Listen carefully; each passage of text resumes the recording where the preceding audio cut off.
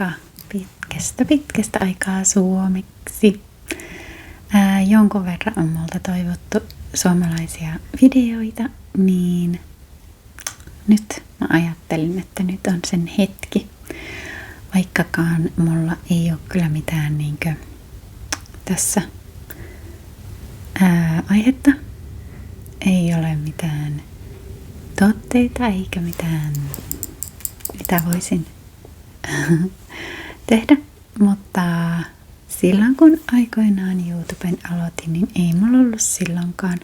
Se on jännä, mä oon joskus miettinyt, että se syy, miksi mä halusin aloittaa YouTuben tai niinkö ASMR:n teon, niin, tai ennen kuin mä aloitin, niin huomasin löytäväni itseni esimerkiksi kaupassa naputtelemassa kaikkia pintoja ja esineitä ja tuotteita siellä ja sitten myös kotona.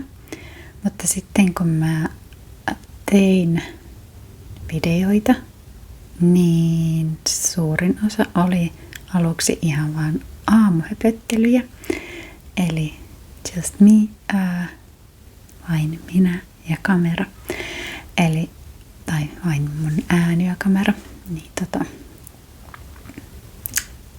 nyt on sitten taas niinkö sellainen, että ihan vaan minä tässä nytten juttelen sulle. Hauska, kun en ole kuvannut suomeksi pitkään aikaan, niin mulla tuli ihan ihmeellinen murre. Tai siis mä puhun jotenkin, mä en tiedä miten helsinkiläiset puhuu, mulla tuli itselle, että mä puhun jotenkin hesalaisittain. Tai semmos niinkö, kun mähän puhun Kuusamon murretta ja sehän ei ole semmonen jotenkin kevyt, kepeä, vaan se on niinkö, että mennään mehtään murre. Mutta sitten mä huomasin, että puhun nyt itse jotenkin tässä eri tavalla kuin yleensä. Ei se mitään. Ei takerruta siihen. Kevät on tosiaan jo pitkällä. Nyt ollaan jo huhtikuun loppupuolella ja tänä vuonnahan kevät on tullut tosi aikaisin. Vaikkakin nyt on luvattu vähän lumisateita ja tänä aamuna oli ihan semmoinen muutamia hitusia lunta tuolla maassa ja oli jotenkin absurdi fiilis, kun olin siivoushommissa alkuviikosta ja tehdään nyt suursiivouksia, kun on hiljainen aika tuolla matkailurintamalla ja mökit on aika lailla tyhjillään, niin ikkunoita siinä pesi oli plussan puolella, mutta yhtäkkiä ihan hirveä lumimyrsky. Maa meni siis valkoiseksi, tuiskutti ja mä sanoin, että no niin, enpä ole ennen ikkunoita pesty lumimyrskyssä, että ne lumihiutaret vaan tuli sisälle. Mutta joo, se on ihan tyypillistä näin keväällä, että tulee niitä takatalvia. Olin kyllä rohkea ja vaihdoin jo kesärenkaat alle, enkä ole niitä joutunut toistaiseksi ainakaan vaihtaa takaisin. Että tosiaan tänä aamuna oli, jos olisi ollut märät tienpinnat, niin varmaan olisi ollut liukasta. Mutta onneksi minun ei tarvinnut lähteä mihinkään tänä aamuna, niin ei haitannut sekään, vaikka olisikin ollut liukasta. Niin, joo. Monestihan voi olla, että mä vaihan kesärenkaat vasta pitkälti toukokuun puolella, koska täällä pohjoisessa sitä lunta vain on ja tulee lisää.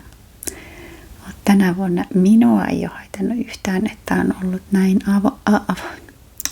aikaisessa kevät, että on kyllä nauttinut, mutta olen myöskin huomannut jännän jutun, että tai ei nyt sillä ole jännä, mutta en ollut ajatellut aiemmin, että kun on kevät näin aikaisessa, niin muuttolinnut ei ole silti tullut.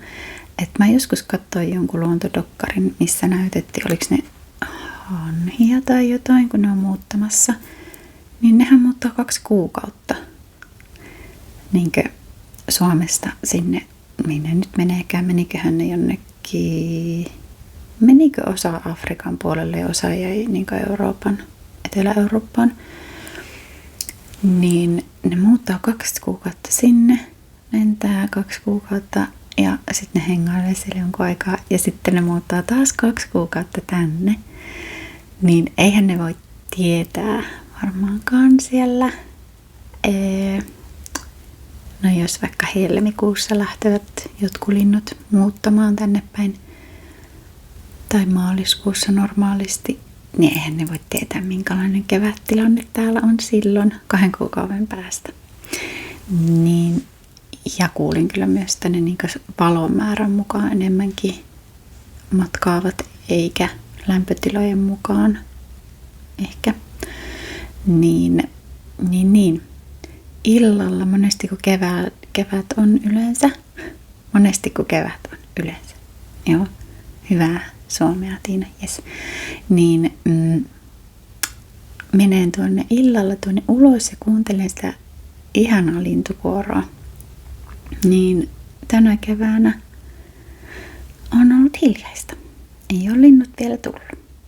Aamulla ne enemmänkin pisertää ja on kuullut kesälinnut. Minä luulin 37 vuotta elämästäni varmaan, että se yksi kesälintu on peippo. Mutta oliko se viime kesänä vai toissa kesänä opin, että se voi olla myös pajulintu.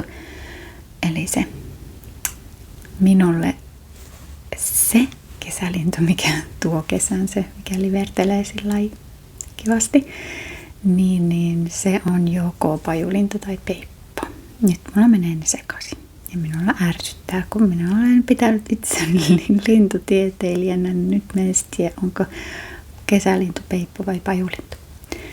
No joo, mutta kuitenkin aamuilla on kuulunut kesälintuja, mutta illat ovat hiljaisia. En ole muun muassa yhtään räkättirastasta nähnyt, mutta joutsenia ja niitä lokkeja ja muuta, mitkä tulee aikaisemmin. Joskus joutsenet on jäänyt tänne koko talveksi. Mä en ole niitä nähnyt, en ole sellaisilla seuduilla liikkunut, missä ne. En tiedä, tänä talvena oli kyllä niin pitkä ja kylmä, niin pitkä jakso sitä tosi kylmää, että hiihtämisetkin jäi kävinkö mä 2 vai 3 kertaa hiihtämässä koko talven aikana, niin luistelemassakaan ei monta kertaa, että se ei olekaan mun juttu, niin se luisteleminen. Ja sitten tuli yhtäkkiä kevät. Eihin mä vissiin kerran käydä niin keväthiihdolla, mutta oli kyllä vähän erikoinen talvi. Sitten mä mietin sitä viime kesää, että sehän oli tosi pitkään tosi kylmä. Kun mä katsoin, mä en yleensä katso Farmi-ohjelmaa, mutta eilen mä satuin sitä hetken katsomaan ja mä katsoin, että onkohan se kuvattu viime kesänä, kun porukalla oli siellä niin kuin näytti, että niillä on lämpimät takit päällä. No okei, jollakin oli kyllä sadetakkeja ja semmoista, mutta että ei vaikuttanut kovin lämpimältä se keli, että se alkukesähän oli tosi kylmä, jos mä oikein muistan. Ja no sitähän kyllä oli sitä hellettäkin, mutta en tiedä, minkälaisia nämä vuodet tässä tulee jatkossa olemaan, kun on tämmöistä vaihtelevaa keliä ja vaihtelevat niin kuin vuoden ajat. Siis niin kuin, että voi olla. Ei ole semmoinen perus. Mutta katsotaan, sataako juhannuksena lunta räntää vai vettä vai paistaako aurinko. Saadaanko läträtä aurinkorasvan kanssa vai vetää villahousuja jalkaan. Mulla ei ole koskaan ollut villahousuja. Onkohan mulla ollut joskus jotkut merinovillahousut, en tiedä. Mutta hauska sanonta villahousut, kun ei niitä ehkä käytetä kuitenkaan nykypäivänä kovin usein. Joo, mutta ehkä se säästä nytten sitten.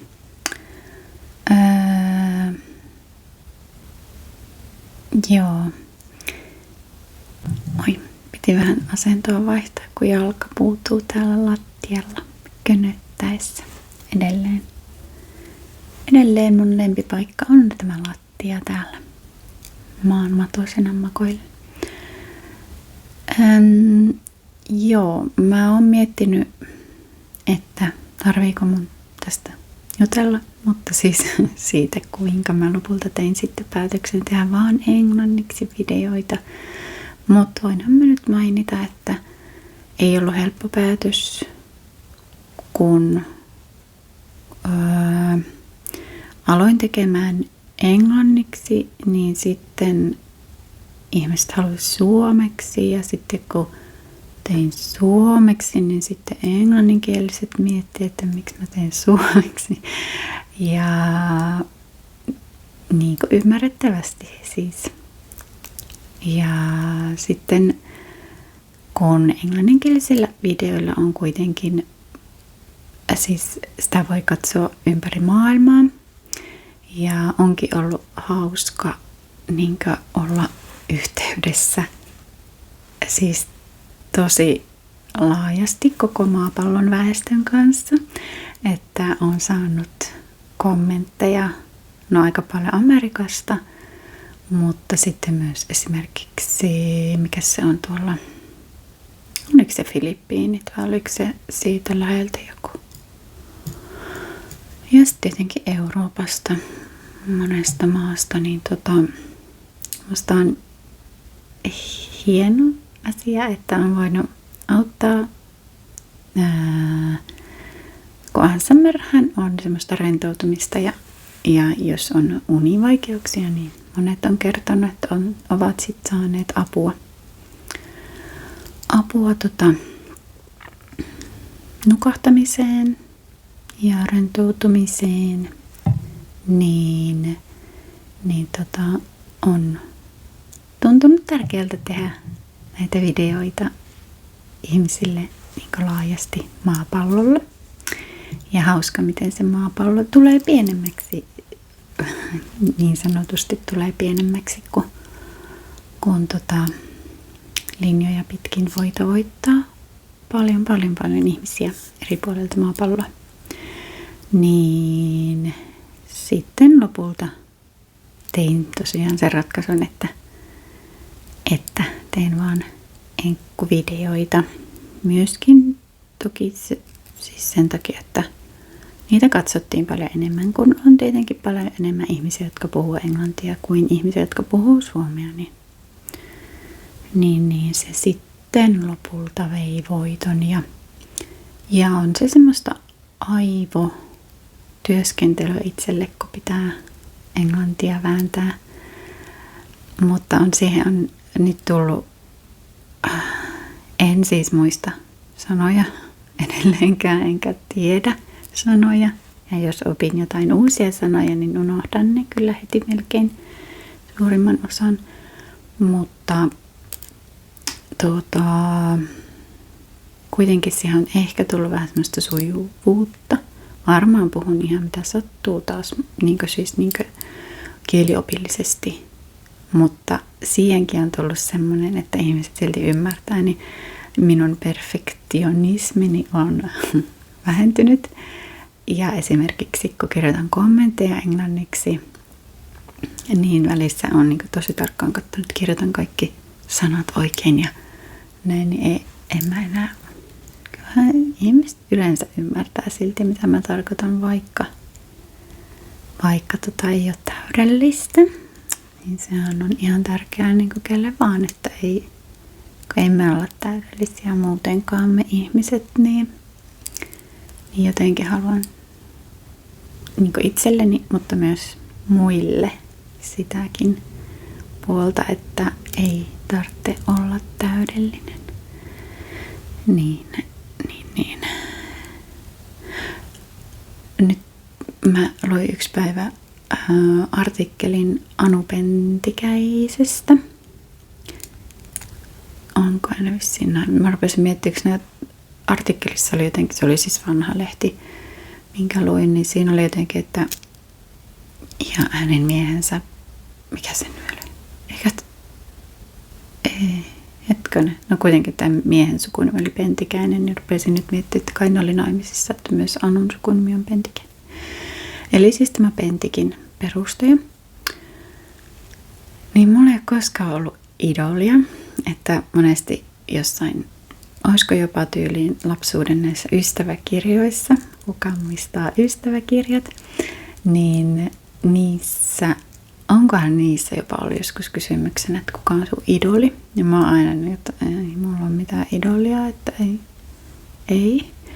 Niin nyt Anu Pentikäinen on mun idoli siinä mielessä, että hän niinkö, se alkoi se artikkeli sillä, että otapas mä leikkasin sen muistiin itselleni. Pieni hetki. Okei, katsotaan, kun mä tosiaan liimasin sen tänne kirjaan. Eli se alkoi näin tää juttu, eli elä jokainen päivä, tuntikin, elä huonokin päivä, itke jos itkettää, mutta älä lakkaa tuntemasta, älä ikinä elämästä. Käytä hyvin jokainen ihmeellinen minuutti, jolloin olet hereillä ja elossa, etkä esimerkiksi kuollut tai unessa. Niin aivan ihana. Jotenkin minä haluan elää elämää, vaikka monesti makaankin sohvalla. Mutta joo, tää oli siis Kodinkuvalehti 3.8.2022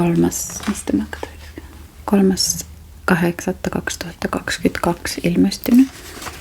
Niin täällä oli juttu Anun Pentikistä. Niin, sitten täällä on tämmönen, tai jatkoa näin, että siinäpä Anu Pentikin 80V elämän ohje. Kuulostaa ehkä juhlalliselta ja hiukan vaativalta, mutta ei ole. Tai ainakin sitä pystyy noudattamaan yksi ihminen, Anu Pentikki. Anu ei halua jättää vuorokaudesta elämättä sekuntiakaan. Siksi hän nukahtaa joka ilta kirja kädessä, telkkari ja kaikki valot päällä.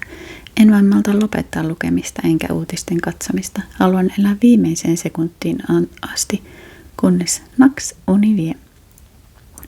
Uni vie yleensä 10 uutisten jälkeen, mutta koska Anulla on kiire elää äkkiä lisää, hän herää joka aamu kello 4.30. Yritän huomata aamun oikein nautiskella. Tajuta, että olen taas tänäänkin heräämässä. Ai että. Anu on nyt mun idoli. Mäkin haluan elää elämääni, enkä olla elämättä. Mut joo, kyllähän Anullakin liittyy elämän elämiseen myöskin telkkari ja kirjat, mitä minä yleensä tuolla sängyssäni teen. Meillä ei ole sohvaa. Mä joudun sitten aina istua sängyllä.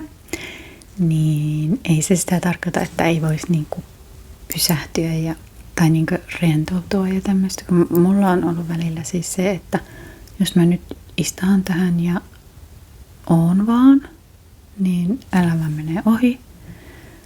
Mut ei, kun kyllähän sä saat siis, kohan vaan niinkö, en mä osaa selittää. Mut siis niinku tajuaa sen hetken ainutkertaisuuden ehkä. Olisiko näin tällainen niinkö arunnollisesti sanottu. Mut joo. Ja sitten tässä muuten oli, siitähän se juttu nyt lähti, että niinkö tässä esimerkiksi tämmönen, mä nyt muistan mistä se, miten se täällä oli, mutta hukkasin paljon energiaa siihen, että yritin näyttää kuinka hyvä olen. Eli yrittää todistella muille, mitä on, mutta nyt hän ei jaksa enää välittää, vaan tekee keramiikkakoiria, jotka on sellaisia, kun hän itse haluaa, eikä mieti sitä, että kun hän nyt myy, haluuko näitä kukaan ostaa tai muuta, vaan tekee niinku omaksi iloksi.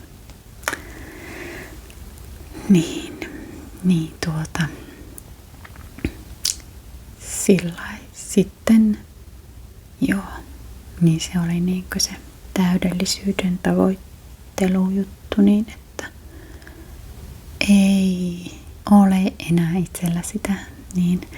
Ja sitten kun mulla pelotti siis, että nyt kaikki vihaa mua, kun mä teen vaan englanniksi, mutta sitten siis suomalaiset katsojat, niin kuin sainkin vähän sen suuntaista kommenttia tai viestiä sitten jossain vaiheessa, niin, mutta sitten vaan pitää niinkö seisoa sen oman jutun takana tai niinkö tehdä niinkö itsestä parhaimmalta tuntuu.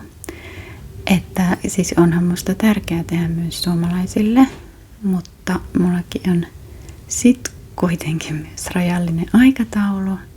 Ja kun ne videot ei tavoita sitten kaikkia ihmisiä, kaikkia maailman ihmisiä, jos algoritmit katsoo, että no näitä videoita ei kukaan katso. Tai siis katsoo vain harva. Niin. Tää on hankalaa tää, mutta siis näin olen nyt päättänyt tehdä, että suurimmaksi osaksi englanniksi, niin eikä nekään kaikki menesty, ei siis sillä. Tai siis niin kuin ei niitäkään kaikkia videoita katsota niin paljon, mutta sitten on videoita, joita on katsottu 20 000 kertaa. Ja sitä ei pidä alkaa ajattelemaan tai tulee rimakauhu. Ja näin. En ajattele sitä. Ja edelleenkään täällä ei niinkö sillai tienaa, että mutta vähän taskurahaa kuitenkin. Lasten harrastusrahaa. Näin. Joo. Sellaista tänään suomeksi. Suomeen. Hirveä tuuli nyt ollut muutaman päivän, että ihan saattaa välillä ehkä kuulua videollekin semmoisia ääniä, niin ne voi olla tuolta tuulen tuiverruksesta, että nytkin on pakkasen puolella pitkästä aikaa niin kuin päivälläkin, että lapset lähti kouluun, niin oli vielä 2 astetta pakkasta. Että mietittiin vähän, että mentäisiin mökille viikonloppuna. Se on semmoinen sisämökki. Meillä on semmoinen, siellä voi olla sisälläkin. Niin, mutta siellä ei ole lämmitystä. Tai siis on siellä siis takka. Ja keittiössä semmoinen